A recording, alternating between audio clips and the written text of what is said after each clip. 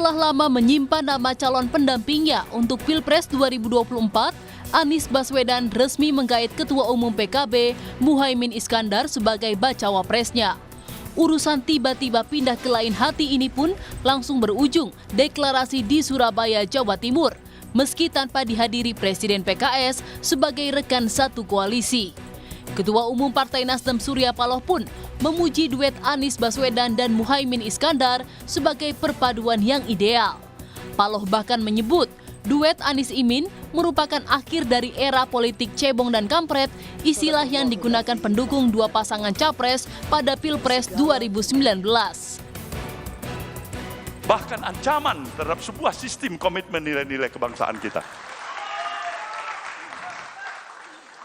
Hari ini juga kita katakan selamat tinggal kepada politik cebong dan kampret.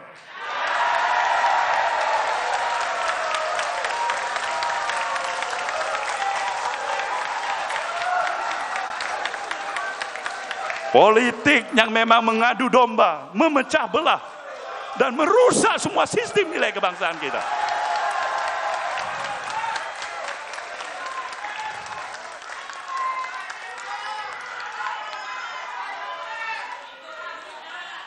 Dan tentunya kita ucapkan selamat datang politik kebinekaan.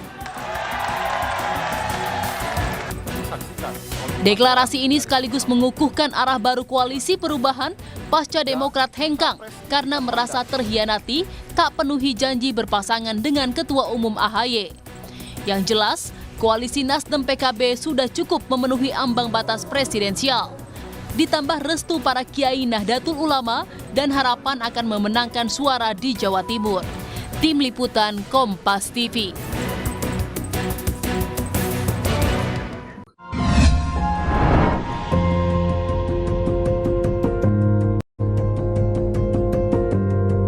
Kompas TV, Rumah Pemilu.